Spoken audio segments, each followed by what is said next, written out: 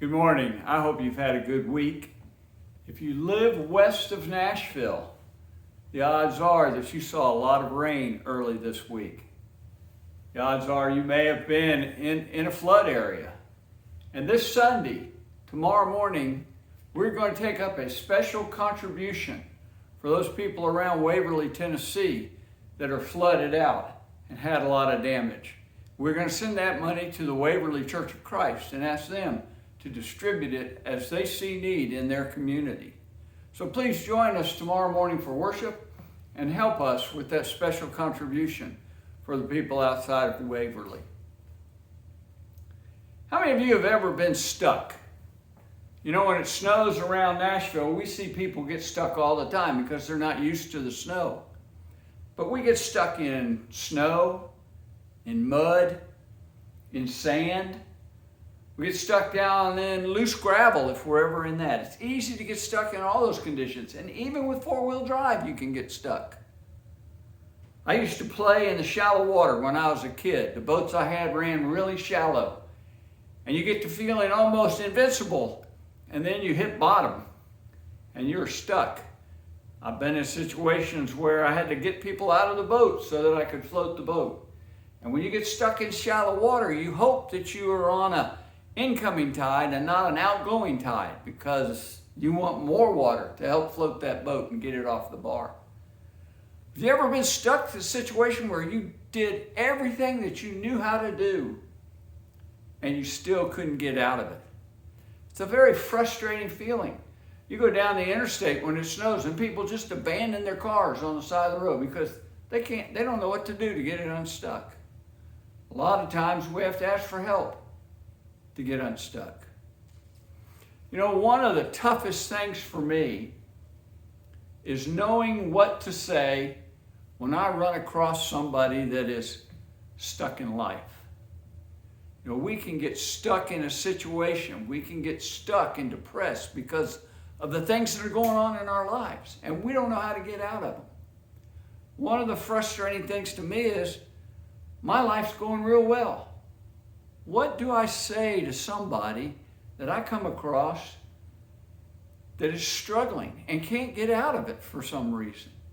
You know, it's easy to second guess them and say, well, they're not trying hard enough. Or, well, they need to pick themselves up by the bootstraps. But what do you say to them? You come along and give them the standard phrases, oh, I'm sorry, well, you need to go here, you need to go there. You know, one thing in life that I really hate is when somebody tells me what I need to be doing, especially when I know that I have already done all of those things. So what do we say to those people? I've come to the point that I just listen. I try and listen to them, understand their situation, and I try and encourage them to trust the Lord and look to the Lord, because eventually the Lord will get you out of that state.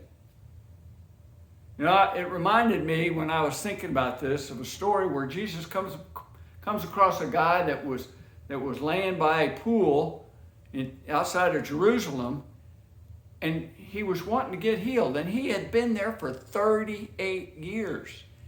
And when Jesus asked him if he wanted to be healed, the man's response was, well, I tried, but there's nobody here to help me, to get me into the pool when it's agitated so that I can get healed. I don't know whether the guy legitimately was trying every time that pool got agitated to get in there so that he could be healed, or I don't know whether somewhere over the course of the 38 years he probably, like me, would have gotten frustrated and given up. But Jesus doesn't leave him there. I want to read this story to you, or this account to you. It's in John, the Gospel of John, chapter 5, beginning in verse 1. Jesus went up to Jerusalem for a feast of the Jews. Now there is in Jerusalem, near the sheep gate, a pool, which in Aramaic is called Bethesda, and which is surrounded by 5 covered colonnades. Here a great number of disabled people used to lie: the blind, the lame, the paralyzed. One who was there had been there, an invalid, for 38 years. When Jesus saw him lying there and learned that he had been in this condition for a long time, he asked him, "Do you want to get well?" "Sir," the invalid replied, "I have no one to help me into the pool when the water is stirred. While I am trying to get in, someone else goes down ahead of me." Then Jesus said to him, "Get up, pick up your mat and walk." At once the man was cured. He picked up his mat and walked. Listen to those that are struggling. Encourage them. Always trust the Lord. Be safe. Stay well out there.